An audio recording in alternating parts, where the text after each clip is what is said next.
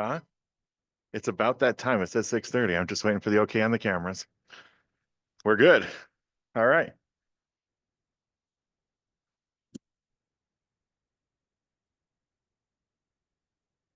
For me or for me? Oh, okay. You could have walked behind me before. You didn't have to go all the way around. Is this the claim thing? Oh, I haven't signed in. I haven't done that either. Thank you.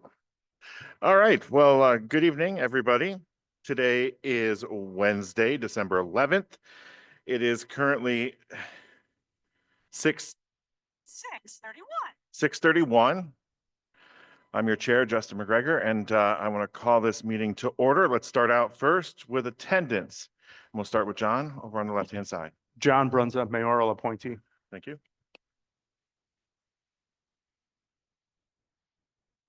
Ebony Hato, District 4 and Secretary.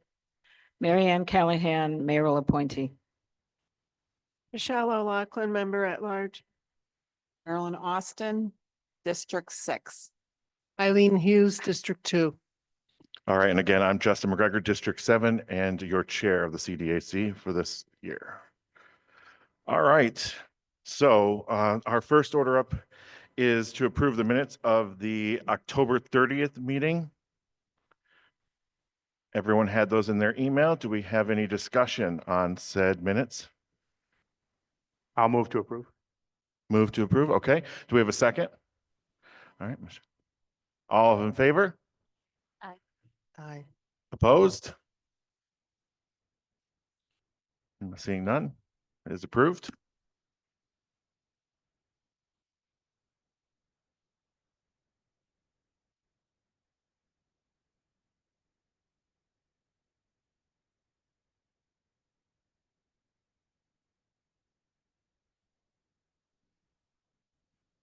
Chair and Director, I'd like to recognize Jordan. Trice has entered the room. Jordan? Hello, welcome. Hi. Stephen, if we can mark in the minutes that she is now here.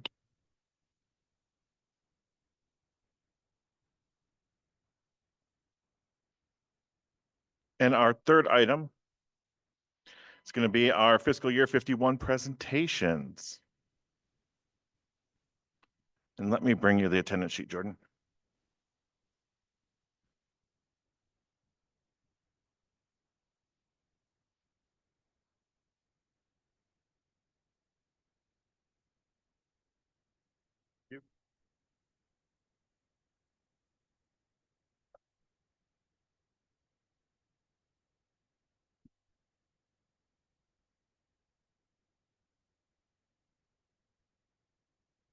All right, so our first agency up,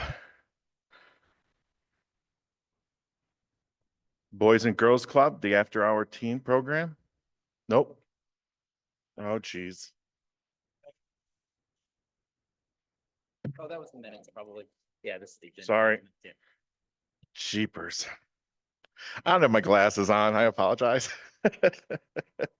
All right, so fiscal 51 presentations, first agency up, Roberson Museum, Michael Grosso, come on up.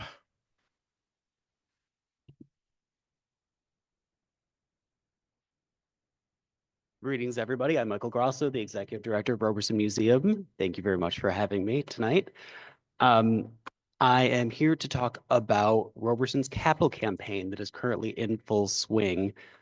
Steve was nice enough to hand out a little packet for you. And since I'm sure that everyone wants to stay on time, I will run through that relatively quickly.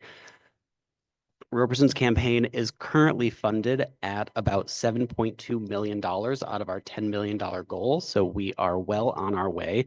A lot of that is attributable to the city, state organizations, local funders, foundations, private funding, and the like.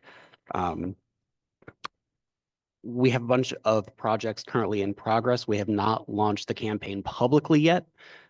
That we expect to happen in May of 2025, but we are currently working on a bunch of projects that have already been funded, many of which were funded by this group of people. So thank you again for that. So page 3 has a kind of an outline of where we are with projects that are currently happening. I wanted to give you a sense of what this project is going to look like overall. So on page 4, you can see that we are making some pretty significant adjustments to the exterior of the building.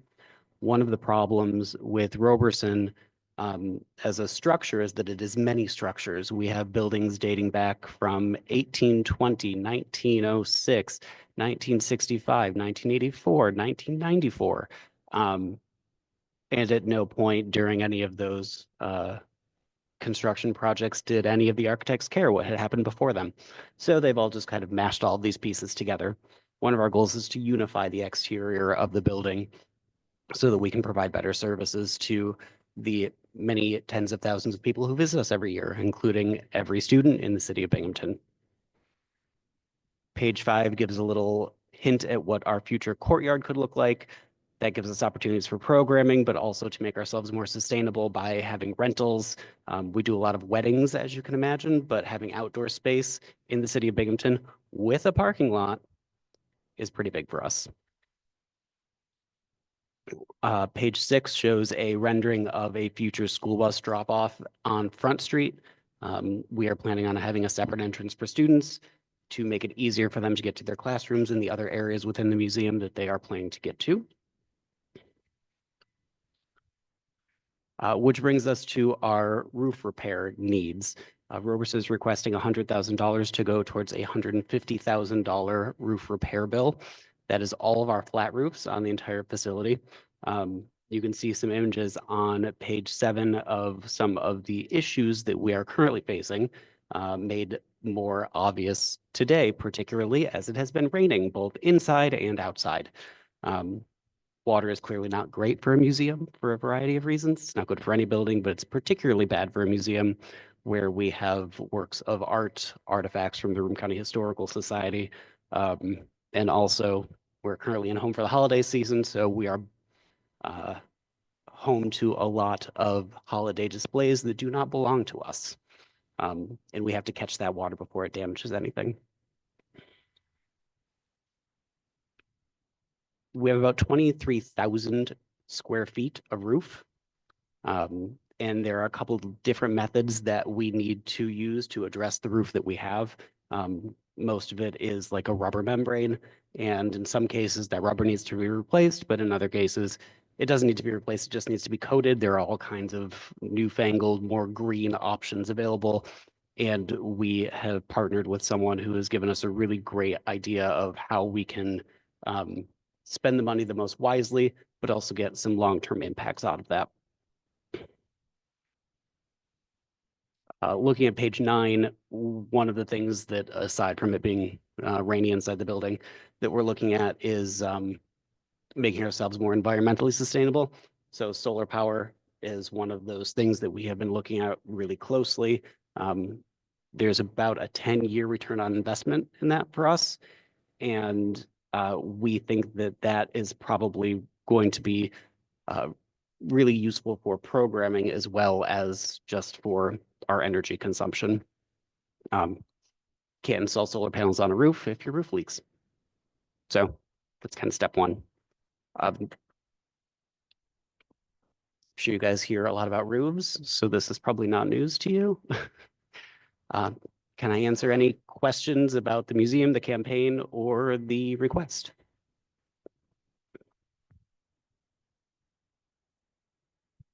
Any questions for Michael? I have one. Thank you for that. So you mentioned overall campaign goal is 10 million, currently funded 7.2, but you've not launched the public campaign yet. Correct. Do you have a sense of historically what the museum's been able to bring in through public campaign efforts? The general rule of thumb for a capital campaign is you want to have between 70 and 80% of your goal before you launch. So we are looking at being at the $8 million mark before May, hopefully higher than that if our funding requests from New York State are made. So I'm thinking around $2 million by the time we make this public. Do you have a sense of the historically what the museum's brought in capital campaigns from public funding? Yes, there have been capital campaigns at the museum in the past, most recently in the year 2003, which was, I think, about a $6 million campaign. I have not added up the individual donors from that, but I know that that was largely privately funded. So the short answer is yes, I can get the information.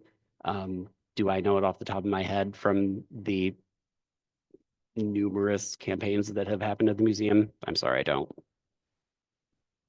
I have a historical question. You're not touching the house. You're talking more about the planetarium? Is that what, For this particular for roof that project, particular that's correct. project? Yes. So we'll still be able to drive by and see the house as it was? Yes, Okay. the house is not changing. That is historically protected. In fact, we have a $500,000 commitment from Senators Schumer and Gillibrand's office in order to help us with the roof that's leaking on the mansion. I So only ask because every time I walk in, I feel like a little child again, just sort of in awe of everything. And I just wanted to make sure. Thank you. not a problem. Thank you. Mhm. I had a question about the expenditures and your suppliers Mhm. for this campaign. Just wondering if you had any diverse suppliers lined up to spend any money with, and if you could tell us a little bit about that, if you can. Yeah, absolutely. Part of our New York State grants requires us to solicit MWBE businesses. We consider that to be a priority anyway. Currently, as far as I'm aware, LGBTQ is not part of minority. I don't know if you can list an LGBTQ business as a minority owned. Is that a thing? You can, yeah. When did that start? That's great. I don't even know. I'm going to register myself then. So yes, that is a priority. It is a requirement for some New York State grants. Sometimes it's best efforts. But as an institution of learning that is meant to raise people up from all different backgrounds, whether it is racial, religious, socioeconomic, that is a priority for the institution, but also for me personally. Great, thank you.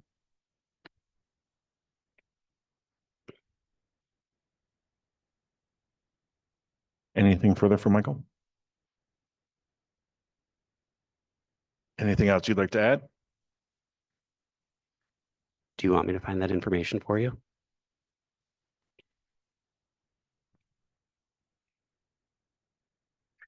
I have one more question. All right, Evan. On this request, it shows expenses and then it says Randall House. Can somebody explain that to me or tell me? Under the expenses on our list of the applicant expenses, it says Randall House for Roberson.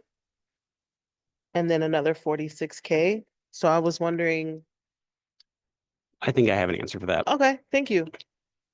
So the City of Binghamton previously provided $100,000 for the rehabilitation of the Randall House property. That was 3 years ago now, I think. And that project is still open. We are rehabilitating that historic property, but Steve's office will be happy to know that we are almost done with the city's component of that and should be able to submit final reimbursements within the next couple of weeks. So you're not requesting 1,046, just 1,000. 1,000. I mean, 100,000, I'm sorry. Oh, yeah, yes, I'm sorry. Yes, that's correct. Okay, thank you. So just to clarify, I apologize if it was confusing. I tried to put on here for every agency whether they had previous expenses that were expended in the previous year. So obviously a program can be matched, but a capital project wouldn't. You wouldn't repair a roof and then repair a roof. So I try to just say, okay, that was the last project that they put expenses in for the year. So, yeah.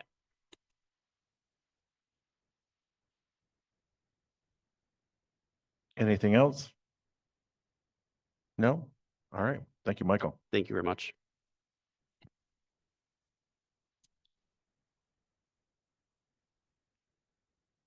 All right.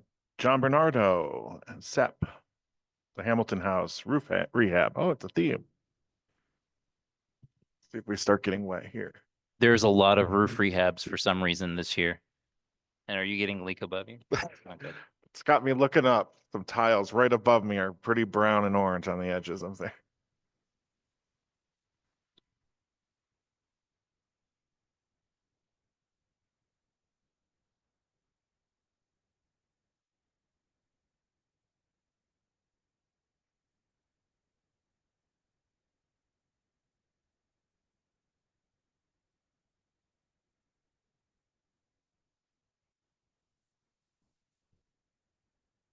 All right, the floor is yours, John. Make sure your button is green and pull it forth. There we go. My name is John Bernardo and I'm the executive director of the SEP Group. I have with me Brandy Jackson, who's our director. John, could you pull that closer to his directional? How's that? A little bit better. You gotta have it in your, okay. I'm John Bernardo, the executive director of the SEP Group, and I have with me Brandy Jackson, our director of operations. SEP Group has been around since 1968, and we've been in the housing development, management, and ownership business since 1978.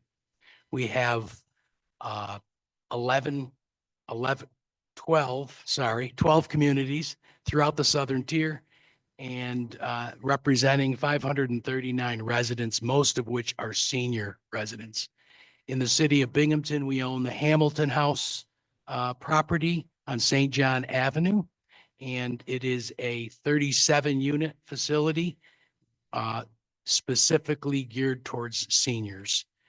Hamilton House has been in existence as a rental property since the year 2000, and we cherish it. It's a beautiful building, and we're very, very proud of it. Our request this evening is roof money, if you will. We plan to replace the main roof at the Hamilton House building, and our projections indicate it's about a $67,000 project, and we are requesting from the city's CDBG program $60,000 of that. And I'm happy to answer any questions you may have. Anyone have any questions? John? Hello. I appreciate you coming in. On your application, you list the SEP agency budget at $830,705. Is that right? That's for all of SEP. That's your budget. That's the SEP management budget, yes. Okay. Can you explain to me what that pot of money is? Because the numbers on your website are much, much higher. So, the $800,000 is the SEP management budget. If I were to give you the overall SEP Inc. budget, that would include all of the properties, and it's rather misleading. The SEP management budget includes management fees that we charge to all the properties and includes reimbursements of certain expenses. That's basically the $800,000. Okay. And you're currently constructing 2 additional properties. Is that right? We are involved with a brand new building, senior in Endwell on Hooper Road. Yes. That we will manage. We are not an owner of. And we are a minority owner in a project in Johnson City on Grand Avenue. That is a 72-unit family project. Okay. Yep. And how will, well, the construction projects and those additions impact this agency budget or management budget, we should say? They will, but not for probably a year, probably the beginning of 2026, by the time we take over management. Okay. So this isn't, I looked at this, I kind of felt a little misled. Really, I'm very sorry about that. Yeah, you know, the agency budget is much different online.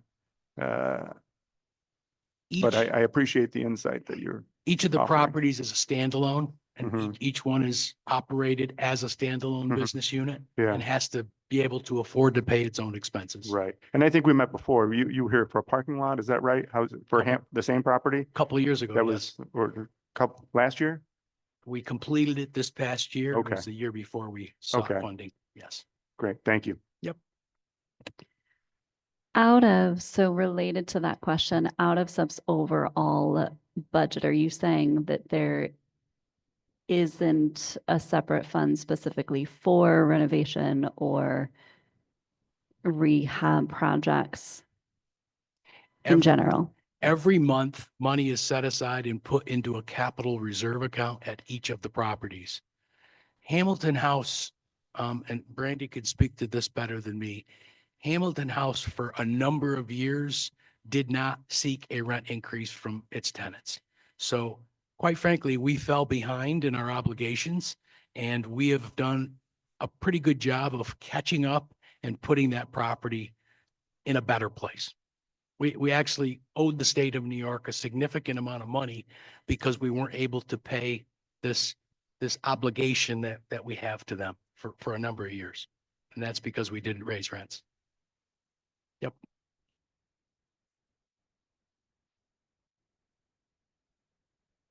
Anything else, members?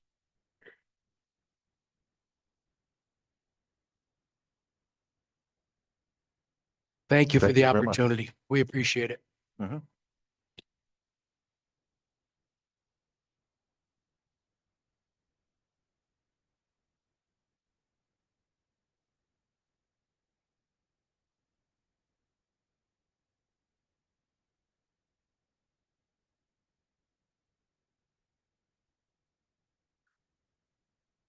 All right.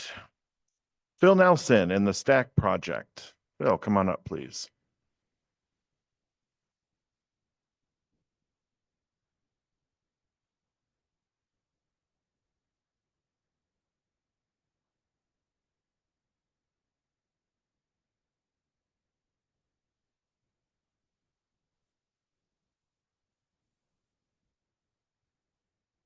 Is your mic green? Tap it, it'll turn There we green. go. So now everybody can hear me good. There you go. Hi, good evening. So we're the Cdac project. Since 2020, we've been providing free financial counseling, case management workshops for Broome County. We're here today because we are looking to open the first financial empowerment center in this region. Most of you probably know that Broome County is now the #2 poverty rate in all of New York State. Brooklyn, Bronx bypassed it, and now we bypass Brooklyn. Also, there's a lot of elder abuse that's going on financially. I've been working with the Office of Aging in reference to that. But in general, there's a huge level of poverty in Binghamton, and this is one of the solutions. So we've secured over $500,000 from the New York State budget with the help of Donna Lepardo and other politicians. And we're looking to seek $100,000 for the renovation and the purchase of a building. Any questions? Any questions? And this is my first go around, so I know they said to keep it brief. So I have a I'm question. more than happy to embellish, but they told me to keep it brief. Ebony? I have a question about the location of your building. Yeah. Are you looking at any? Can you Yes, tell us more about that? currently we're looking at 98 Main Street, which is on the bus line, and there's actually a bus stop in the front. We want to make sure that the site is accessible to all individuals in Broome County. So they don't just have to rely on a car, because as you know, Broome County has transportation issues as well. So we're trying to make sure that is taken care of as well. When did you say Cdac started services 2020. in 2020? Do you have any outcomes data for the households, individuals, or families that you have been able to support? What type of data? So with the financial counseling, I think so many of our extremely low income, very low income households, I'm hoping to get more familiar with the potential impact of financial counseling when families are spending more than their current monthly income on housing, transportation, basic necessities. Like, because in theory, It makes sense and I can support the theory, but I'm curious how effective it is when funds are so non-existent for families in Yeah. the first place. Got you. So we have data for like credit, open up safe bank accounts, as a client. Prior, if he had a $500 emergency, how comfortable does he feel after receiving financial counseling? But what I would say to answer your question is that, and this is how I like to frame it to people. So you're paycheck to paycheck, but the difference is that if you're making 100,000, 150, you're having guidance. You're with Charles Schwab, Fidelity, whoever it is, and you're getting guidance. So the problem with low income or people under the Alice threshold is they're no longer receiving that guidance. You know when they get guidance? When they're in bankruptcy, when their car is repossessed, when debt collectors are calling. But what happens before that? But if you talk to anybody who has financial stability, who has 100,000, 150, 200,000, immediately Chase, NBT, the bank are like, oh, look, would you like to talk to a financial advisor? So the game is already rigged. So the position of this is for financial literacy to become a public good. So basically, you're no longer winging it and running around going, what do I do when a debt collector calls or you have a bill you haven't paid? You're able to go to our center and say, I'd like some assistance. And by the way, all our services are free. We don't charge 1 cent. They can come 20 times, 30 times, 50 times. I have some clients call me 20 times. All is free. So that's really the thought process behind the center. You know, to give you more, like I said, I'll embellish. They give you more insight because that's what's really happening. If you look across the country, it's people who are low income and there's no support. They get the support when they're at the judge going, I'm in bankruptcy. Then there's all a bunch of legal people. Oh, I'm happy to help. But where were you a year ago, 2 years ago, 3 years ago? And that's what's happening. So if you do it before, and we call it economic crisis intervention, because that's one of the part of the county library, you allow people to get that intervention before they get into a crisis, and they get the step-by-step guidance to solve their issues. And by the way, there's an emotional aspect to it too. You know, now they're talking about, which I was talking 10 years ago, high blood pressure, the diabetes, how that's all connected into families. They said that families who are underprivileged or low income, their children are more apt to get blood pressure or health issues. So when I talk to people about money, I said it's a holistic thing because it's money. It's not just savings and a budgeting. It's the whole transformation of the family. You're welcome. Hello. Is there an income ceiling to the services you provide? No. No. And tell me a little bit more about your outreach and how you try and target. Yeah, clients. so there's no income limit because if you guys know of the MC Hammer story, he had $20 million and he went broke. So it's immaterial. Money management is a skill set that needs to be learned, just like reading and writing. It's a skill set. So it doesn't matter whether you make $2 million, $3 million, $4 million. If you don't have that, then you don't have the money management. So our outreach, we do a lot of outreach. We partner with a lot of agencies, like, you know, a lot of nonprofits, but we have a outreach coordinator that reaches out to the community like Town and Country, Saratoga, that reaches out to the South Side, that reaches out to different organizations and in the community to see who needs access and needs assistance. And we try to, and we really try to break the walls of referrals and really just say, you know, have an open, welcoming approach. Oh yeah, we're on social media as well. Oh yeah, of course. That to me, that was a standard. So I didn't answer that. I figured that was a standard at this stage. I'd just like to take a moment to acknowledge that member Deborah Hogan is in the room. Deborah, we are currently talking to Phil Nelson with the Cdac project.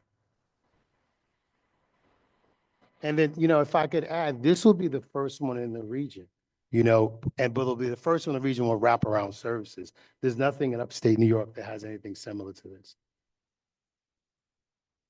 So when you say wraparound services, can you tell us some of the organizations that will be providing these services and what they are? Yeah, so we don't have letter commitments, but we have verbal commitments. So agencies like the NAACP, Ask the Rice Foundation, Vine, some of those organizations like that. And we're also looking to have banking institutions. So a banking institution like Citizens Bank or Chase, they would have like a once a month, they would come in and they would sit to any client who has a bank account with Chase, who wasn't able to get the services prior, or wasn't able to, for some reason, wasn't able to get the need that they needed to get. They were able to sit with Citizens or Chase or another bank institution to resolve their issue. So that's one of the things we're trying to put together, which will be something new as well that we're putting together. The idea for the wraparound services is for individuals to not, a lot of times when I see clients, they're running from DSS to the Oakdale Mall to this institution to the home. If you don't have transportation, how is that happening? How is that happening? So if you sit in one location and you're able to serve the client from A to Z, maybe not A to Z, but at least A to K, then you find that the client goes, oh, I got assistance. Oh, I got help. And then it changes their whole trajectory or their feeling about the county, the city, and how we're operating as individuals who are here to assist people. And that's been our mandate since day one and why we've been so effective. I'm sorry. And so, is that, kind of the premise that you received the first, money that you received from the elected official? Is that the premise that all of this was kind of like? Correct. Yes, correct. I understand from your application that you're currently in the Kaufman incubator and that because of that, your services are limited. Correct. Can you quantify that at all? Numbers? Yeah, you said you can only meet with a certain number of clients and, Yeah, we're meeting about maybe say 100 clients to 125. We touch about with workshops, maybe 200 and 230. Last year was 238. and those happen in your office? Well, the clients that we did one-to-one, over 100, they happen in the office or with like Broome County Library. Right. But with the center, we'll be able to have, plethora of clients, a lot more people. Okay. Help me better picture what your current office is so that I can better Oh, understand it's why. it's just a room. Is that right? Okay. It's just a small office in the room of the Oh. office, and it's not anything big. So I can only see one client at a time. Right. Okay. That It's a makes small- more And by the sense. way, because all our client sessions are private, Sure. you don't do, that's almost like it's almost a law, but you keep it private Yeah. for financial counseling. So this would allow us to be able to serve simultaneously more clients and have the room to grow. Thank you. And I Okay. could certainly understand how the Kaufman incubator, just by location and look itself, could be a potential deterrent to the folks you're truly trying to target. That makes sense. Glad you did. Shade to the incubator. No shade at all, but we're trying to reach the community and the people who are in need the most, and that's the most important thing. And we've served clients from being 16 to the oldest being an ex-IBM retiree who's 78. So we hit the gamut. Any more questions?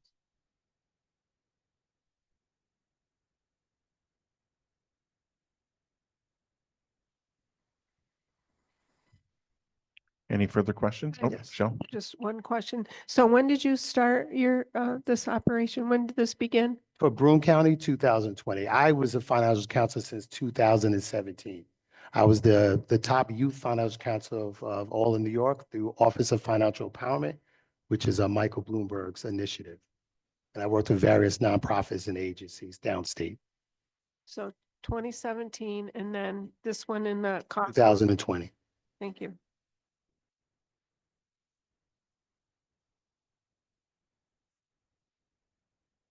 All right, seeing no further questions. Thank you very Thank you, much, committee. Phil.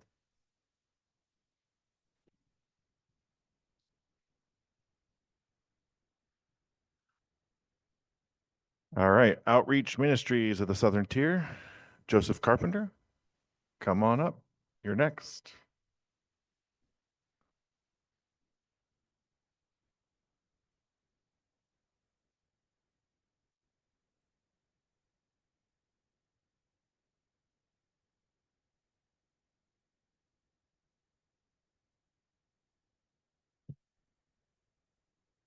Good evening. Good evening, everybody.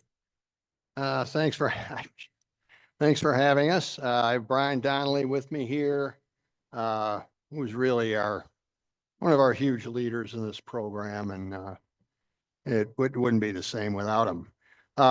We do have a little presentation. I promise it's not going to take more than about 3 minutes. So we are applying for money through the Emergency Solutions Grant. This is our 3rd or 4th year making these requests, and we've been able to make good use of the funding that we've received in fiscal year 49, 50, and hopefully in 51. So we can go right ahead. Outreach Ministries was established in 2017. It's a 503c3 tax exempt organization, and it was organized to provide charitable services, showers, food, personal care items, and clothing to the homeless and those in need in Broome and Cuyahoga County. One of the big things that we want to bring forth tonight is that the ministry has grown tremendously since its start in 2017. And I'll show you on the next slide just what I'm talking about. We've compared the number of households and the household members from August, September, and October of 2023 to the same period during 2024. And obviously, you look at that bar chart, you can see really a tremendous amount of growth in just a 12-month period. The numbers of people that we're seeing have gone up over 40% in 1 year's time. And that's been a challenge for us, not only from personnel, volunteers, and funding, but we're open 5 days a week in 2 different sites, and it's a struggle to get these people through. So Steve, go on to the next. We do have, I did highlight for all of you the costs of our program, and some of our big providers. We used all-time trading for a tremendous amount of clothing last year. We did a capital improvement using Binghamton materials. I'm not going to go through it all. But this is all clothing, a few capital projects, and food procurement for these folks. And the total budget for this year is somewhat over $150,000. And I expect it's going to continue to grow. I think in 2020, fiscal 2020, well, in the upcoming fiscal year 2025, fiscal year 2025, I expect it'll be 175. So it's a large expense, and most of this is handled through volunteers. We have a tremendous number of dedicated folks who come and help us 5 days a week. They don't expect anything as far as compensation. They're just there to try to help. And it's really a wonderful thing to see. Next one, Steve, please. The cost that we're really asking, we've seen expand, and we're really asking for help is a couple of things. We did lose a key member of our group last year when Brian's husband, Barbara, passed away. In fact, tomorrow is her first anniversary. But we've been fortunate, as I just mentioned, to have individuals step up and to continue Barb's legacy. But replacing her has not been easy, and we have seen some increase in cost. And as we pointed out a minute ago, the large increase in volume has added to the amount of time our paid staff has been asked to give, and obviously increased the cost of both the clothing and the food that we're trying to provide. Revenue, as I mentioned when I started off, we've been lucky enough to have the city come through with some emergency services grant funding. We did get a grant last year from the county, the Put God First Foundation, Raymond Corporation. We made a special request to them and they were able to come up with some funding for an additional roof and some paving that was needed over at the St. Cyril's site. Revenue totaled $123,000. And as I just mentioned, a good portion of that was from Raymond Corporation. Go ahead, Steve. Just a few photographs to give you an idea of where we are. This is our site just off Clinton Street at the old convent at St. Cyril's. We do get some money from Chow, as you can see, the big Chow truck. We have young people come in and prepare sandwiches. How many days a week is that, Brian? They come in every day. It's from the PALS program at Binghamton High School. Yeah. And just a couple of more snapshots. Just some ideas of some of the volume of food that we provide. And this is 5 days a week, 10:30 in the morning until 12:30 in just afternoon. And one or two more and we'll be right to the end. Again, clothing, Winnie S. Worthy is here in this up above us and she's handles our clothing distribution and personal items. This is all in the St. Cyril's building. These are on the right. These are packages and bags packed up, waiting for people to arrive to take their requested supplies. And I think that just about wraps it up. The request for this year is for salary expense. It's broken down between 4 positions. The details are in the application. It's 31% of our total revenue budget. Request for food is a single request. It's $40,000. We really emphasize that this year because there is a lot of food being distributed in the county, both in Tioga and Broome County. And it's been difficult for us to get our food supply. And so we were emphasizing the need for that. And just one final nod to the ESG program. It has been and it's going to continue to be an important part of Outreach's ability to continue to serve the people that need our help. So thank you. And if anyone has any questions, we've got our experts here. We'd be happy to talk to you. I have just a question, a thought. First, Brian, I just want to say that you'll be on my mind tomorrow with the anniversary of Barb's passing. I do think it sounds about right that funding for salary positions or funding to go to salary positions to try to do the work that Barb did is difficult to match. Would you be able to share a little bit about, so everything that you just spoke of is site-based, St. Cyril's, St. Pat's. Would you be able to share a little bit with the group, Brian, about some of the off-site work that you're doing in partnership with the SOS crew, with other street outreach groups who are responding to unsheltered individuals? Yeah, I can hit on it anyways. We do work with the SOS group as well as ACBC, the other organizations such as DSS, Catholic Charities. A number of them stop by on a regular basis to pick up food and clothing for some of their clients that aren't able to come to our facility. And so we do partnership kind of like that with all of them.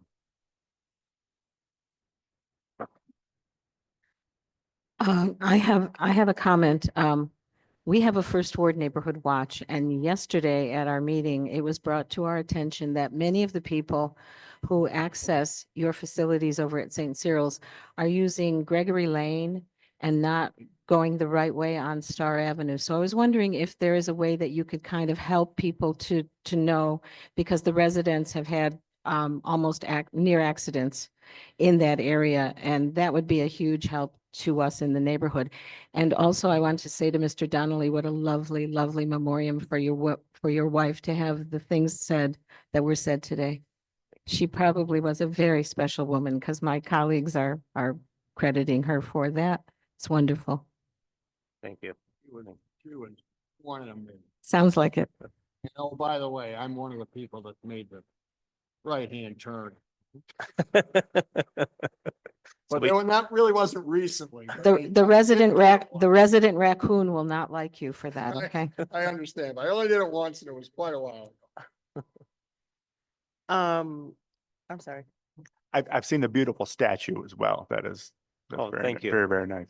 Thank you. I'm sorry if I'm stepping on you, just very quick, because so much is food-based. Can you speak a little bit about how you prevent waste? Because, you know, it's a big expense. Waste at our end is very little. We don't throw away. I don't have numbers on it specifically, but I would say we use 95% of the food that we get. We do have a small amount that we have a farmer pick up as far as we recycle that, as far as composting and like that. Some of our bread products kind of start going bad, and we have another farmer that picks up some of that. And so we do still use those products, even though it's going for someone, it's not getting thrown away. The amount of actually that goes to the landfill is very little. We do deal with perishable foods as opposed to some of the other programs that have non-perishable canned foods and things like that. We do hand out canned foods, and we've had to actually adjust some of our daily outputs because of a lack of the amount of food that we have. So we've had to going to mostly handing out soup and sandwiches and stuff like that for 1 day a week. Doesn't happen all the time. It all depends on how much food we actually get in. But we get a large amount, most of our food, or a lot of our food, from the child program and from Bounty, and which is all stuff they're picking up from stores, and they drop it off at our facility, and it's all has to be used within the next day or so.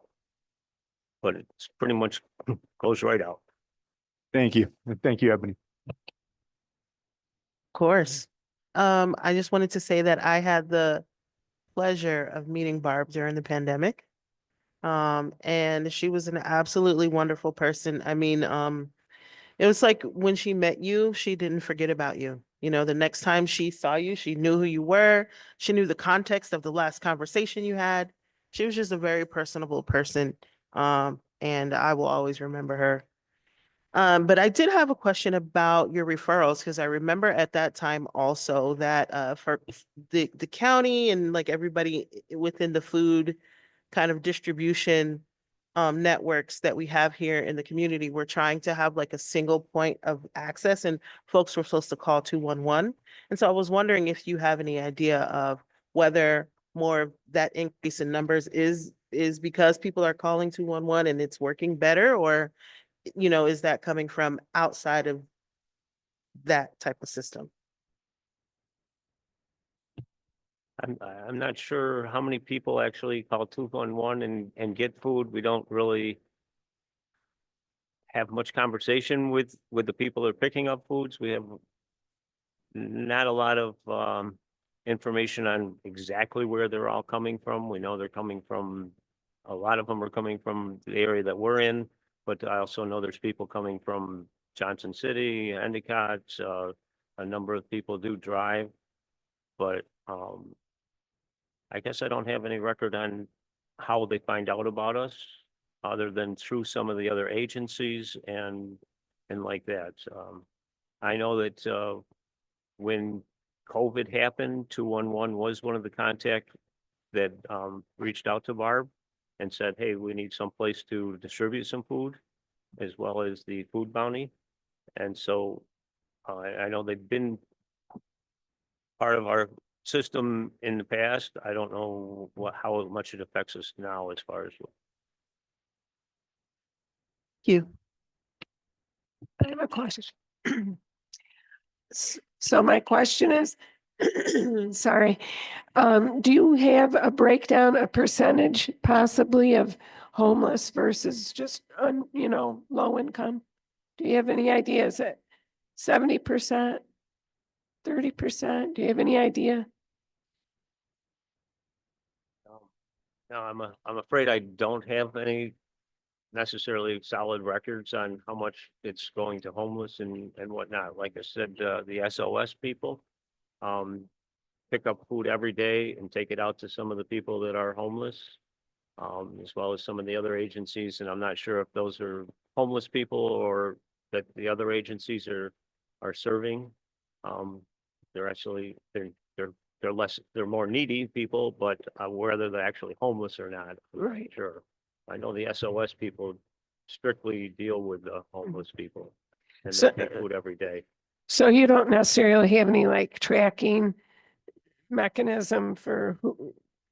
No, I'm afraid we don't. Yeah, because I'm at Samaritan House, so I know that, sorry, we ask for ID and they do have a database.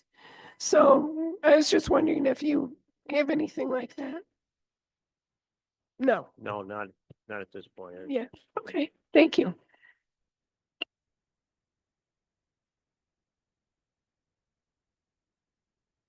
Deborah, was it? Just as a follow-up, because it is dealing with food and many people, it may be their first time asking for help, they sure in heck would not want to provide an ID. So for me, that is kind of a sacred thing when you're asking for help. The food doesn't necessarily need an ID. That's for DSS, that's for other programs. Yours is very unique in that it's a one-on-one relationship that one of our members has already said that you've provided. Anything further? No? All right. Well, thank you very much for your time. Thank you. Thank you.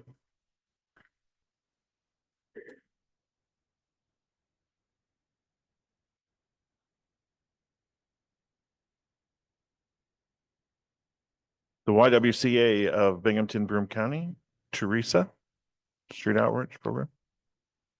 Oh.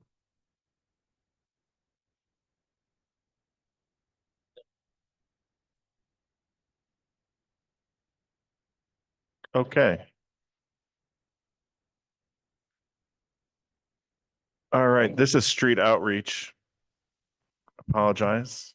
There's emergency housing program if you want to come to separate or together. Would you not care? Together? Okay. Come on down.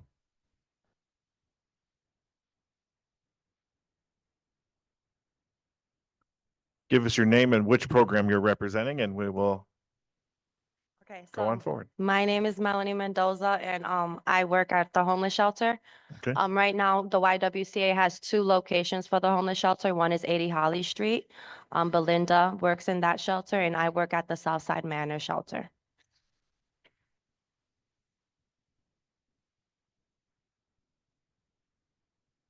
Would you like her to continue or let her know the program or go to me? Members, how would you like it to do? Okay, that's fine. Then go forward. She's like, What do they apply for? Yes. emergency housing program.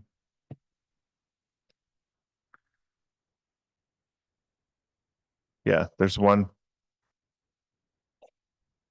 Okay. Deborah? Cannot hear my fellow commissioner. I do apologize. Okay. She can hear you.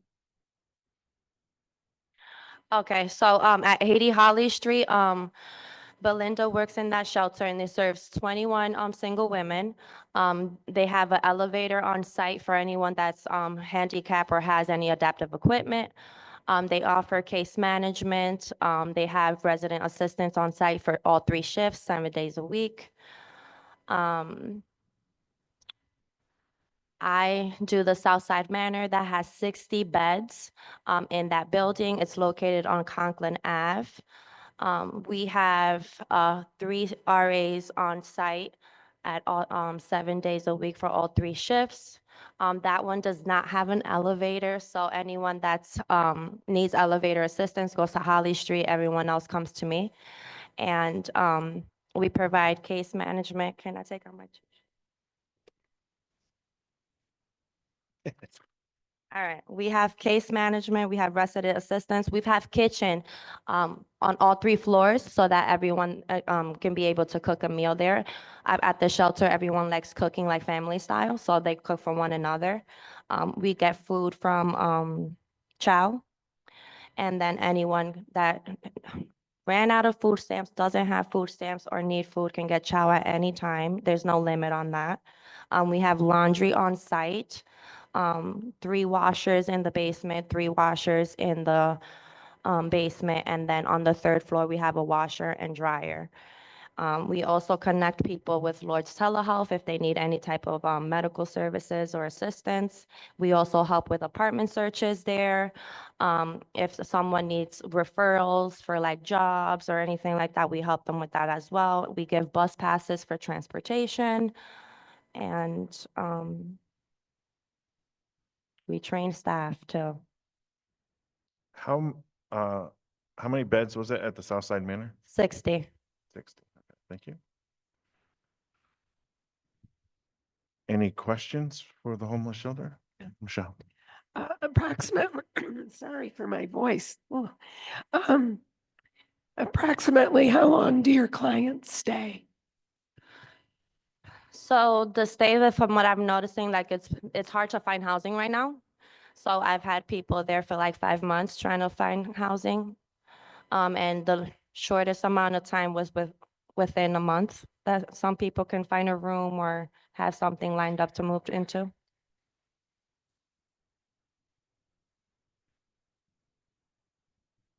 Deborah?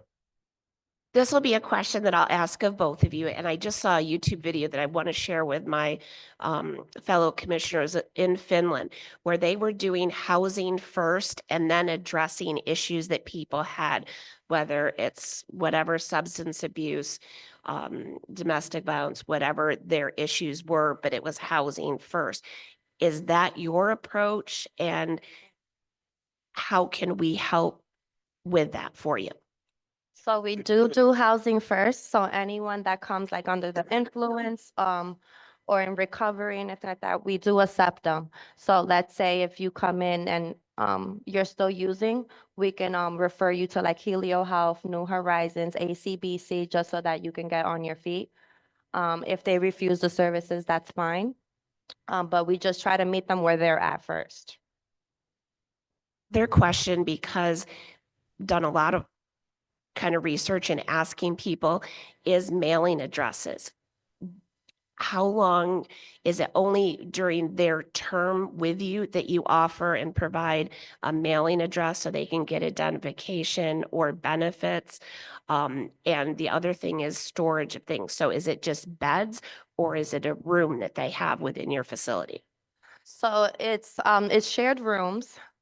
And the mailing address, they can have their mailing, anything mailed to the shelter there. So let's say if you're there and then once you find housing, I'll hold your things for a little bit. You can come back, get your mail, but I always encourage people that once they find housing, change your address. That's the first thing you should do. And for the storages, it depending on how much items they have, we work with DSS, and if they can get a storage unit for like a 1-bedroom, 2-bedroom, depending on how much that person has, we refer them to that as well. Just to speak briefly to board members in terms of, this project, other projects required to get a letter of support from the COC. Housing First is a requirement for any HUD-funded COC-affiliated program. So if they've got that letter of support from the COC in their packet, it's not just support, it's a confirmation that they are monitored to be providing Housing First services and are in fact doing so. Thank you. Any further questions for the shelter side of YWCA? No, thank you.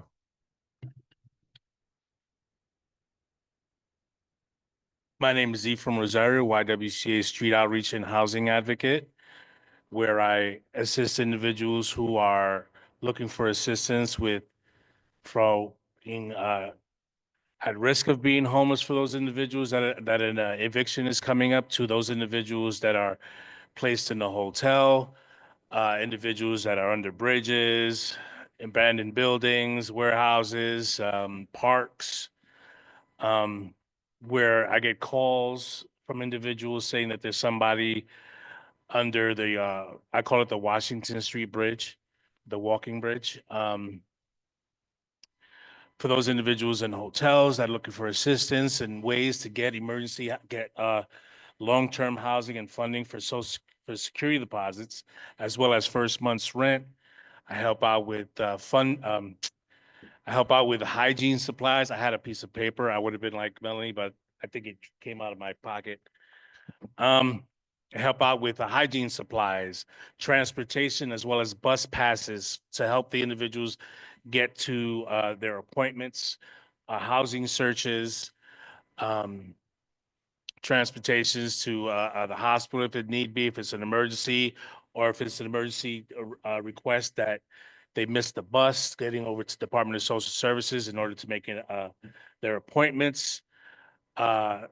Gift cards to places like Walmart so they can have some food, transportation to places like 16 St. Cyril and St. Pat's in order for them to get food there as well, to get clothing, any kind of supplies. We do hand warmers, flashlights, sleeping bags, tents, where we get donations, as well as we do buy off of like at sites like Amazon and any like Abdou Douane, where we can get it. Not in a cheaper material way, but a cheaper expense in order to get more. As well as trying to assist them with connections to human services, mental health programs, substance inpatient or outpatient abuse programs, as well as assist with looking for housing and be the support that they need in order to start the process. We've also request to assistance with we buy cell phones, like something from like Walmart with an unlimited phone card for the month, as well as we connect them with agencies that can assist them to further get connection services with that unlimited phone call and text messages in order for them to find housing, like Q-Link or Assurance Wireless. But yeah, as well as, yeah, I think that's it for right now that I can understand. Any questions? Seeing none. Any further comments from either of you? No? No, also, so I'm also assisting with other agencies with like trying to go out at nighttime. We look for more volunteers to help out with our pit counts, which is the point in time count that will be coming up in January, as well as agencies who just joined with a team with the encampment response team to assist us with connecting with agencies so that we can work together. The one gentleman that we work with, he said it perfectly, to have the individual in the middle and have a village around the individual so we can help and assist as we work with each other to help that one individual. So, but yeah. So that's what I got for the moment. I think I would have sounded a little bit more smarter if I had my paper, but I've been coming here for about 7 years now. Yeah, it's and been several. I still get nervous, but it helps me get better with helping those. So thank you very much. Thank you. Thank you very much. Mhm. That's it. Any questions? No? Oh, Deborah's got her hand up. Hi, yes. One of the concerns, it's been in the news. I don't think we have to really state the obvious. How are we trying to, because one gentleman, as you come from number 5 and you go 434 into the city of Binghamton, it was one with a flag. And now since there was the raid, then there's like 3 or 4 other structures. And the amount of garbage that was seen at the other site is now the issue here. How are you making it safe for the people that are doing that? And this goes back to Mr. Grosso, member from Roberson, about the 24-hour restroom. Other countries do it. I don't know how we could do that. But how do we make it safe for everybody? And that we can embrace our fellow citizens and try to help. But if they burn their resources, which I watched one video with a hotel eviction, it's got to be very difficult from your standpoint. So are there any solutions that you've worked on in your 7 years that coming here now that you're doing things differently than before going forward? While working with the street outreach to those individuals in encampments and in hotels or even shelters, for those individuals that get banned or removed from hotels and shelters, I've started working with local hotels as well as assisting them with getting some supplies for their hotels to assist as well. And working with these owners of the hotels have allowed me to make way for the individual to come back within a lesser period of time, because some hotels, they'll say you can't come back for a year. Some hotels 6, some 30 days. But as if I'm speaking with the hotel front desk manager or the hotel manager themselves, they've allowed me to work with these individuals and give them one more fair shot. For those individuals that are encampments, what I'll try to do is I'll try to remove the garbage as I'm with them and working with them and bringing them supplies or picking them up so that they're going to their appointments. Trying to remove whatever unnecessary items that's not needed. I understand that across the parking lot is where the medication box is, and we also have our own, not medication box, but the disposable, yep, the sharp containers. I didn't know that word. I forgot that one. But working as time goes on, I'm learning a little bit more of how to deal with an individual, help an individual, meet them where they're at. Being that I came from a situation of that, it helps me understand a little bit even more, because not everyone has the same opportunities when it comes down to being banned from a lot of places. But I've actually started thinking about maybe seeing if we can find some kind of like open homes that individuals are allowing for some of the homeless to come stay for a night or two, just to get them off the street somehow in some way, form, or fashion. But even though it's code blue right now, I also think about what happens after code blue, or if everything is filled up, where am I going to bring them? So it's a little bit more difficult at times due to the fact that there's a lot more homeless happening lately. But it's something we're striving to assist with, no matter what happens, to keep on trying and keep trying and keep trying. If I could add to that context, on any given night, we're seeing just over 75 unsheltered, so street homeless individuals. There are 6-ish street outreach teams who are canvassing regularly or providing site-based services. They're looking at about 40, 45 on average that they're seeing consistently. That is a 381% increase since 2020 and a 542% increase since 2013. So in just the last decade, our unsheltered homeless numbers have increased significantly, despite the fact that we have added hundreds of shelter beds. So we've added, there are 10 hotels, the DSS contracts, they utilize 296 hotel beds consistently throughout the year on top of the 134 shelter beds that are available in facilities like the YWCA. The Southside Manor is an additional 60 beds that didn't exist last year. So we are running out. We've known for well over a decade that we don't have enough affordable housing in Binghamton, but since COVID, we've run completely out of shelter beds as well. And so when we talk about individuals who are attempting to survive on the street because there is literally no other option, you mentioned Code Blue.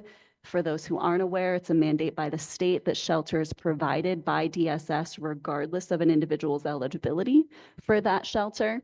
Beds have been added, funds typically between $850,000 and $900,000 a year go to Code Blue. We're spending almost $9 million as a county on shelter every year, but because we're not, more than anything else, and I'll step off my soapbox in a second, but more than anything else, homelessness is a housing issue.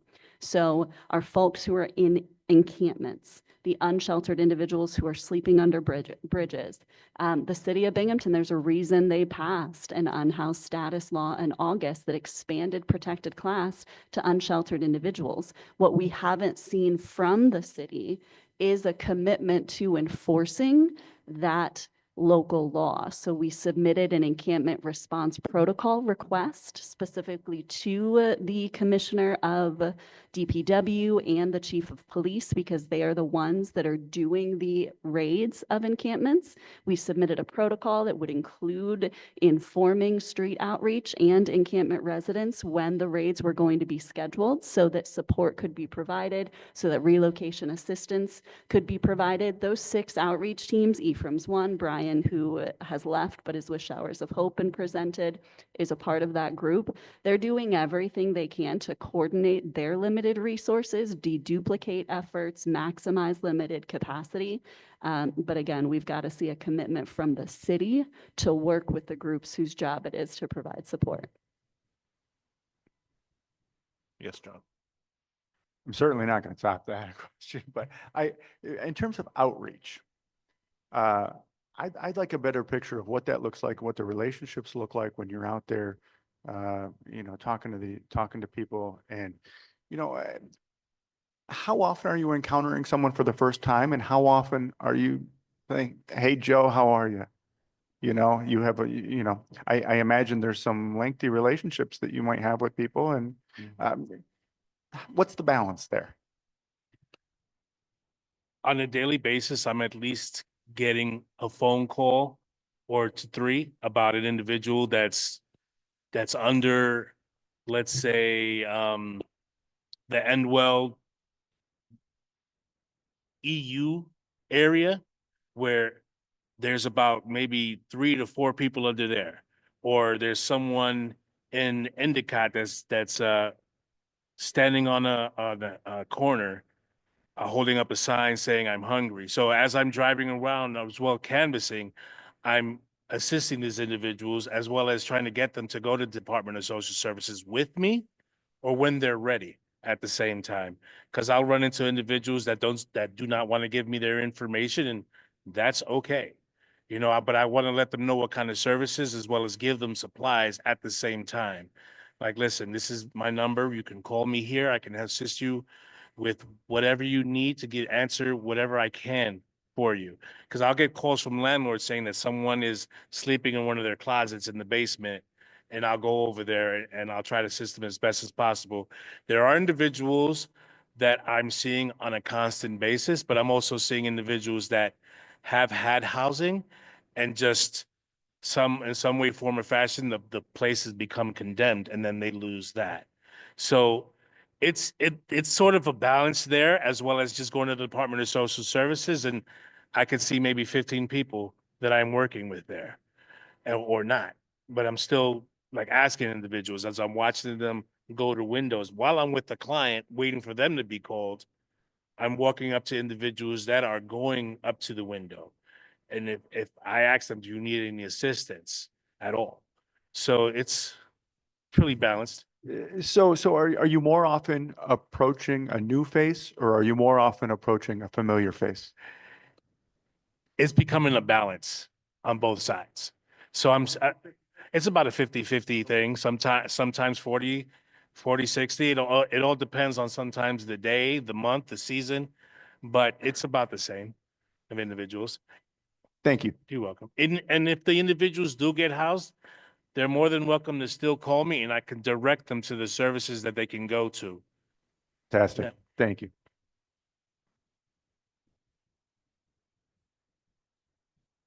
Deborah.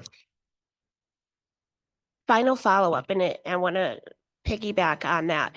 In the 10 years that we're seeing this increase, is it have anything to do with the services that we're providing, i.e. Helio? And then my concern is coming up with the old CVS near Kmart that's going to be like a beacon for 8 counties. How is that going to be impacting us, or does it not? I didn't know about the CVS. You saw the CVS on State Street? So they're open. I didn't know nothing about that, what's happening there. But I would definitely follow up on that. But the increase, I'd want to say due to a lot of services and resources within the county have been lost to individuals is how as well as, COVID, but we are trying to work with the best that we can, but it can be a plethora of things that just play a part in the growing increase of housing. If I can offer to that, maybe Deb, because I think so was the premise of the question that we've established services such as Helio Health? So are folks coming to access those services? So one of the major reasons that I say that more than anything else, homelessness is a housing issue is because the increases we've tracked in those who are unhoused, both in shelter and who are unsheltered, are most directly correlated to the attrition of existing affordable housing through conversions into student rentals and the development of new construction of student housing and the lack of, I'm going to say, failure to prioritize the development of affordable housing. So we have seen only it's actually less than a fifth of a rate of development of affordable housing compared to student housing development, new construction primarily since 2012. And over half of our private rental market is marketed as student housing. So it's really the compounding factors that make affordable housing either non-existent or not available opportunities for local residents. But more than the majority of individuals who are unhoused in the area that they have, I mean, for many they grew up in, are most familiar in, have some sort of network or services in. So I wouldn't say that a driving factor is that folks are coming to receive services and then becoming unhoused.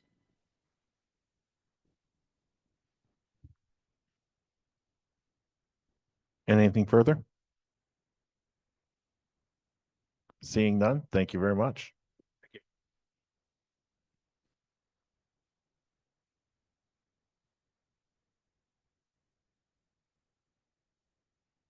All right, so our next agency is the Volunteers of America of Western New York. Pat Drake, Emergency Shelter for Men is the project.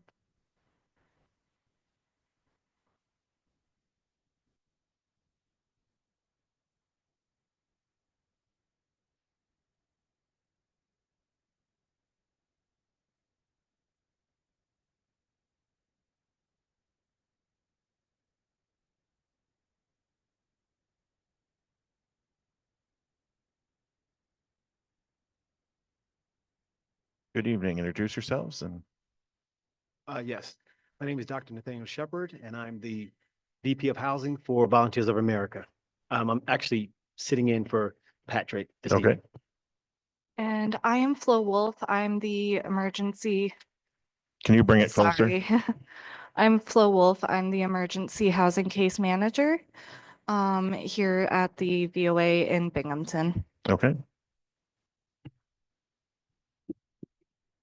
Yes, Volunteers of America is a nonprofit human services agency that operates an emergency shelter for homeless. Oh, can't hear me? There we go. this way. Okay. Volunteers of America is a nonprofit human service agency that operates an emergency shelter for homeless and chronically homeless men at 320 Chenango Street in Binghamton. Emergency housing, VOA's emergency shelter is a critical role in helping address and alleviate and prevent homelessness. We do this by providing temporary crisis housing for homeless men and providing them with on-site supportive services to help with life skills, obtain employment income that will help them remain stably housed. VOA serves more than 250 homeless individuals annually. The purpose for the funding. The purpose for the funding is to employ a full-time case manager. The full-time case manager will assist residents in assessing permanent housing, offer life skills coaching, job readiness assistance, and connection with vocational training. In addition, the case manager will help residents obtain financial and non-cash benefits. The second use for the funding would be for facilities furnishings. We're looking to purchase durable furnishings, metal wardrobes, mattresses, and new dining tables. Also, we'd like to utilize the funding to procure essentials such as toiletry and bus passes for resident use. Okay. The impact. It enables residents to overcome barriers to stability and self-sufficiency. Enables individuals to rapidly move to permanent housing, reducing the need for shelters, and provide tools and resources to prevent homelessness recidivism. Okay. So, okay.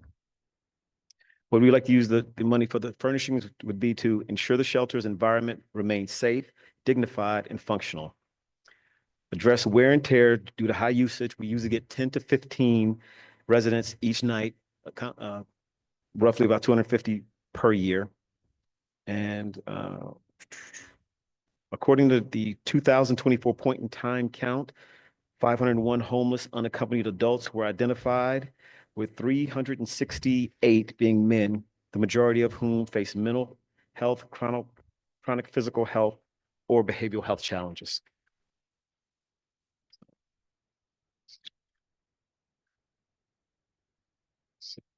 VOA uses a housing first model to prioritize low barrier access to shelter and support services, serve some of the most vulnerable individuals, including those exiting other programs. And the consequence of not receiving this funding, it'll reduce the individual served, it'll limit the ability to provide support services, compromising the mission of stabilizing residents in permanent housing. In conclusion, VOA's emergency shelter program is essential to Binghamton's effort to address homelessness. The requested ECG funding will ensure the continuation and enhancement of services directly contributing to improving outcomes for a vulnerable population. By supporting the case manager position and covering necessary operational costs, the grant will allow VOA to continue its proven track record of helping individuals achieve stability through self-sufficiency. Now I'm going to turn it over to Flo to talk about what she does as a case manager. Okay. Hi, so I am the new case manager here at the VOA, and I have been working with our emergency housing program. I work with 15 men for the emergency housing, and then if it is code blue, we have 6 beds available as well. I work with them to find jobs. I work with them on housing applications. I work with them on SNAP applications. I help with connecting them to mental health resources. We have a contract with Cornerstone. So we have Sandy come in each week, and she does assessments, and she works with our individuals, and they'll sit down with her for an hour or so every Thursday. I also will sit down and help them work through if they're having any difficulties, any crises. I also have a background in substance use counseling, so personally, I'm able to kind of help them identify some better coping mechanisms if they are going through any difficulties with substance use or anything like that. And I do try to direct them towards treatment if that's something that they want. If they're not really ready for that, that's something we can continue discussing in their service plan. And we really just kind of try to identify what it is that they want to work on. If it's working on getting disability, I help them apply for that. If it is just finding a job or getting my own apartment, things like that, it's really their plan, and I just try to empower them to do it themselves. Very good. Do we have any questions? Deborah.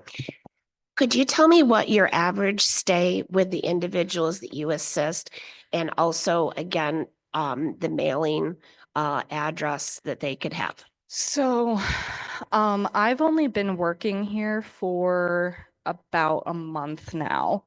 But what I can say is I have not gotten anyone out sooner than a month, sooner than I have been out, been here. The housing crisis in Broome County is horrendous. I will just say that. I can barely afford to live, and I make over $40,000 a year. It's horrible. And how anyone could live on a Social Security disability check is beyond my fathom. I can't.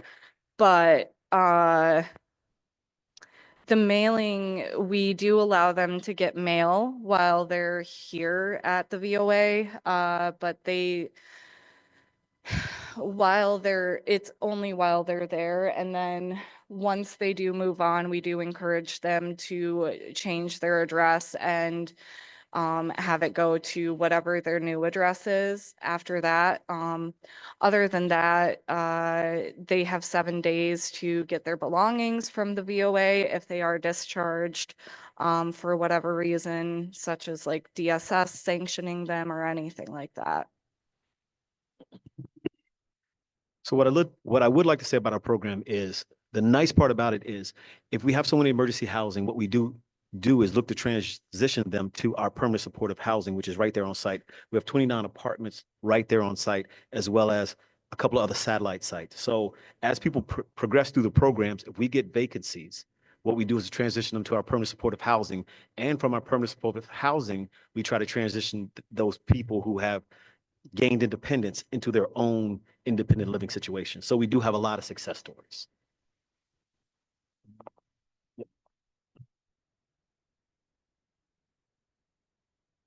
Any further questions? Follow up? No. Thank you very much for your time. Thank you. You too.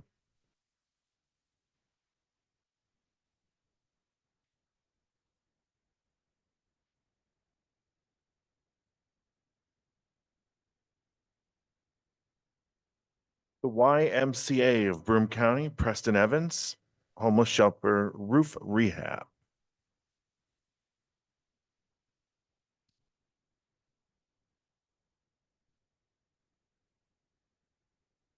Good evening, everybody. My name is Preston Evans. I am the Fund Development Director for the YMCA of Broome County. I'm here to tell you just a little bit about the history of the YMCA of Broome County, its impact on the homeless community in Broome County for over a century now, and kind of our needs and how they play into some of our future plans. The YMCA of Broome County is a mission-driven nonprofit.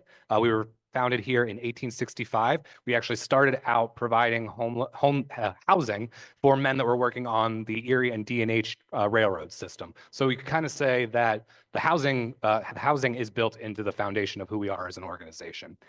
The current men's housing unit that we operate for adult men is the one that you can kind of basically throw a stone to from here. It consists of 87 single room occupancy units, and it was built in 1970. It is currently the largest facility serving men in the county.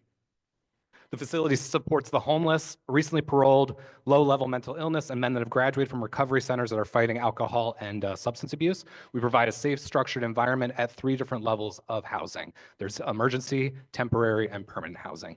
In addition, kind of as a function of staying with us, every man that is in our facility is expected to regularly meet with a case manager, to be hooked up to supports and services that are all designed to break him out of the cycle of homelessness, whether that's job supports, education, legal aid, whatever it might be. But it's just designed to help uplift them and try and get them out of homelessness. I mentioned the 87 units that we have to kind of put a perspective on that. We operate at 99% capacity. So for 365 days at 99% capacity, those 87 units provide over 31,400 nights of safe, structured sleep for men in the community. We also recently expanded and are now offering an additional 28 dormitory-style beds, which is an additional 10,000 nights of sleep. So you're looking at 41,000 nights of sleep that we're able to provide.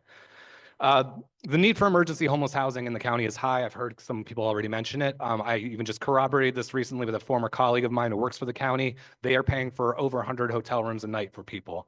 We have plans to invest in our downtown facility and expand our own homeless housing by an additional 85 to 100 units and in the near future. And you may have heard about plans of this recently on the news. The funding purchase that we're asking for is the roof rehabilitation. We have spent some money investing in the men's facility over the last couple of years. We have replaced the windows 12 years ago. We've spent a lot of investment on that facility as it is. The roof is really the big structural piece that needs to be have attention paid to it. Excuse me.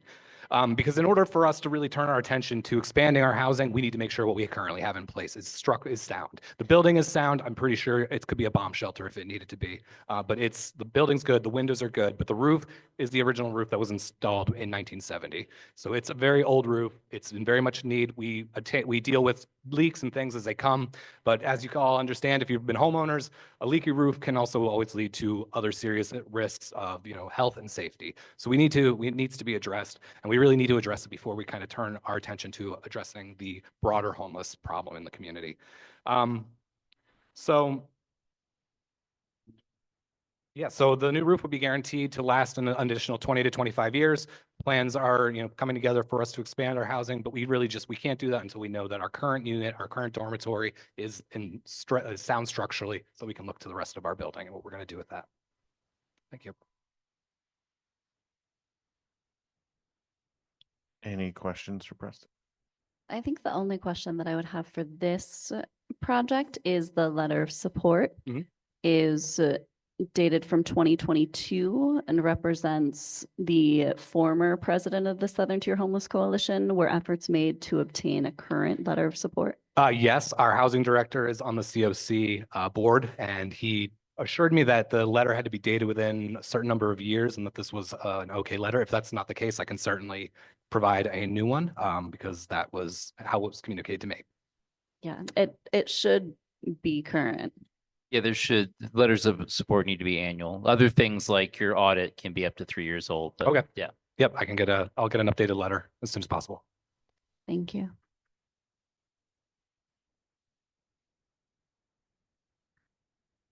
Anything further?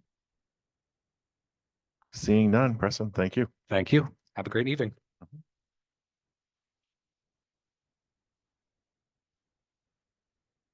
And last but not least, Family Enrichment Network. We have April Ramsey, The Caring Homes.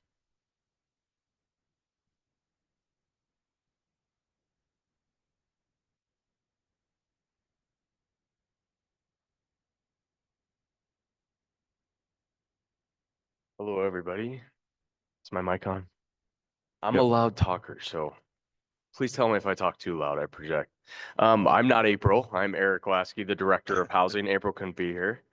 tonight, but I'm the Director of Housing for Family Enrichment Network. Caring Homes, funded through ESG, is one of the programs that is in my care, along with Housing Connections and low-income housing through Family Enrichment Network. So I'm going to talk a little bit about what we do, the program of ESG, how we've done. I think it's helpful to say what we did last year to see how we've not only met our goals, but superseded our goals. Also, on a total side note, I just really appreciate everybody talking about homelessness in the county. It's both a macro and micro level across this country. And it's something that is nice to see that it's being discussed so openly, freely, and so many creative designs, and all these wonderful people that we all work together. And we all know each other. We all are on the same meetings. We all discuss what's best for the clients and what's the best way to move forward for each client on an individual as well as like a macro level. So that's a nice thing. That's a little sidebar. I'm a bit of a talker, so that's why I have notes. So the program itself is, the goal of it is to prevent homelessness through financial assistance and supportive services for those at imminent risk of being homeless. We do that through providing families with security deposits, rent arrears, through ESG fundings, as well as utility services if they're needed. The yearly budget goes from September through August. It was submitted in October. The budget proposals were submitted this October. We are 4 months in December of the current year. I want to talk about some numbers that we did last year. So families that we referred through CES, the goal was 120 and we got to 196, which is great. Families that receive financial assistance for homeless prevention, the goal was 36 and we achieved 45 at the end. Next page. Families that received intensive case management services, again, the goal was 36 and we did 45. And families referred to providers to prevent homelessness, the goal was 50 and we ended up doing 80 last year. So we superseded our numbers within budget and tried to help more people than was actually required of us, which is just kind of echoes what we do as an agency overall. So we were very proud about that. And our case manager in that program, Jason, does a fantastic job and really does a great job to triage all folks that come in, whether we can help them or can't help them, or whether they qualify for the program or don't qualify. Our overall mission is to help where we can help and try to get you into the right hands or put you in the service of somebody that can assist you, even if you don't qualify for our program directly. So that's an important thing. In order to qualify for our program, in that you have to obviously meet the income eligibility levels. You have to live within the city of Binghamton. That's where our grant is specifically cited to. Proof of identification, things like social security cards, any sort of proof of ID. Landlord DSS form, anything like that, that would also be a secondary or tertiary source of not only income, but identification. A lease, proof that you have a lease or that you're being evicted, proof of an eviction note, and contact with the landlord themselves. Or utility bill or anything else that applies to whatever service you're looking for us. This year so far, we have families referred through CES. Again, our goal is 120, and through December of this year, we have 94. Families that receive financial assistance for homeless prevention, again, it's 36. We're at 8 already. We have 2 more that came in today that we'll be doing checks on. Families that received intensive case management services, that was 36, we're at 8. And providers to prevent homelessness, we are already at 33, and our yearly goal is 50. And we still have 8 more months to go. So again, this just echoes what everyone else has said that has come up here, that there is a high need in this community for various services, and folks that are in all different ranges of need. So 1 minute. Man, I always wanted to be a rock star, and I know that they hold up things that say like, you've got 30 seconds left. And I thought, how would you get through a song? You know, in 30 seconds. I know how long that song is. So I just wasted 30 seconds on that. But I think it just echoes, like, we've done very well with the grant that we've been provided. We really strive hard every day to assist whoever comes to us, and then make sure that the families that we're helping, that there's a follow-up service that goes with that it's not just one and done. We go back, we check in on them at least 3 times. I've sort of come in and made it 5 times. That we check up to make sure that they have everything and what other supportive care services that they need, whether that's food insecurity, and we just use the triage of everything that we have at Family Enrichment Network, from Head Start programming to SNAP coordinator, NO-UP coordinators, whatever we can do. We do our coat drive. I made sure everybody that came through had coats, hats, gloves for their kids and everybody else. Yes, I'm on time. Okay, thank you very much. See, I'm terrible with a time frame. I think I don't have a question. I would just add that if we are even going to try to begin to reduce the number, those increases in homelessness that we've seen over the last decade, a primary way is to prevent them from having to access the homeless services system in the first place. And that's exactly what this program and other homelessness prevention programs do. It is essential, whether you're considering just the financial cost of services or the community impact that chronic instability, particularly for children, families with children, but individuals in general, has. So just wanted to note the critical role that homelessness prevention plays. Yeah, I agree with that. Very much so. Yeah. So do you track the reasons or the sources that people are getting evicted? Have you seen an increase in no cause evictions? That's a good question. I can't speak to that directly because that is handled through our case manager. I kind of get a synopsis of why they're becoming homeless. A lot of it is lack of rent, lack of jobs. They lose their job or their hours have changed or various other reasons. I'll give you an example that just recently happened. A mother lost her childcare services, and again, childcare is another big barrier for a lot of folks. And if they lose their childcare, it becomes too expensive. They have to stay home, or they have to figure out some alternative source. They lose their job, they can't pay their rent. I mean, you can see the sort of effect that happens. So again, I can't speak too specifically, which doesn't sound great, but it's a wide host of reasons of things like that. Medical debt is something that people go into very often, and then they have to make a choice. They don't have insurance, their insurance gaps. They then have to make a choice between, now I'm back in rent for 2 months so I can get my prescription in order to pay for what I need. So our goal there is to, of course, try to help them and stabilize and make sure that they have a home so they don't become homeless, which causes a whole other of health issues, but then to further work with them and say, okay, the follow-up care and the case management piece of this is, now how do we get you into the open market and find you a plan that's going to help subset some of this cost that you have now? That's our goal there, so it's sort of like an emergency room. You're triaging where it's at, and then you're providing supportive care services in order to stabilize them so they're not going to become homeless, because we're already taxed in that situation. So again, as just to echo what you said, that's exactly why this program is intended, and why I'm so proud of the numbers that we do and how we're able to stay within budget and yet exceed the numbers that we can help, even though our goal is less than that, which is, a tribute to Jason, really, and what a great job he does. Deborah. Quick question for you. Many times when people are in a cycle of medical, joblessness, childcare, it becomes overwhelming. And so many programs have paperwork, i.e. HEAP, filling out income documentation for the health insurance through the state. Is there anybody in your organization, or do you help with them so that they're not missing out on any programs just because they're feeling overwhelmed? Yeah, that's a great question. So that is one of the great things by having 2 case managers and plus myself that have worked in this field for a while, as well as working with Family Enrichment Network. I may not know the answer directly, but I will put you in touch with someone that has that answer. And I promise you'll get that answer today. So our goal is to, again, it's a stabilization method. So it's progressive in that way, where as a housing first model and what we do, we accept you wherever you're at, and then we treat whatever else is going on in the system. So for example, if it is a utility situation, right?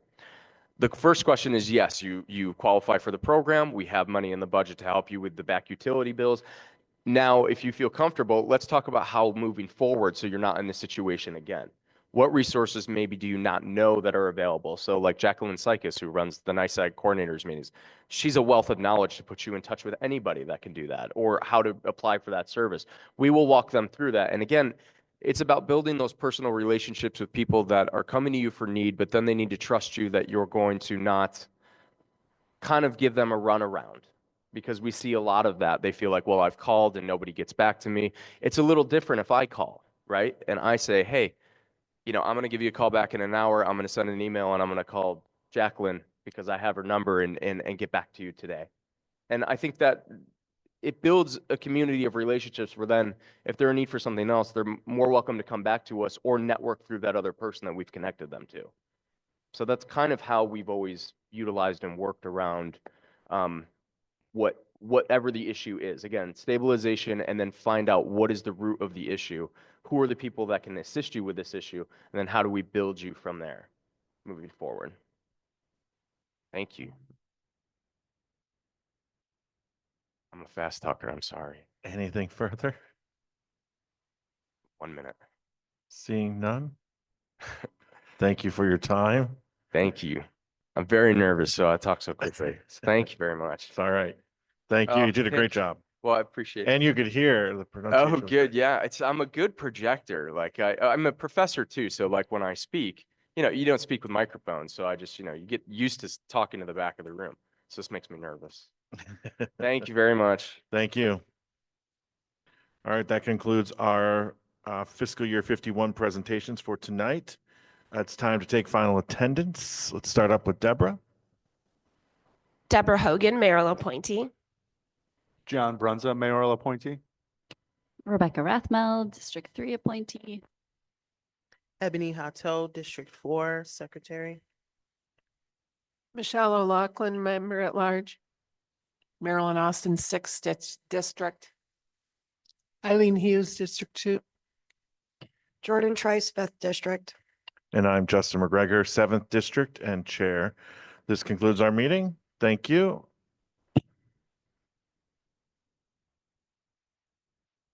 Oh, a motion to adjourn, sorry. Second. Ellen, Jordan, all in favor? Aye. This concludes our meeting. Thank you. Did you need to reflect that Mary Ann needed to leave? Did that have to be in the record? That she was here? She wasn't in our final attendance, so Yeah, that okay. marks that she left.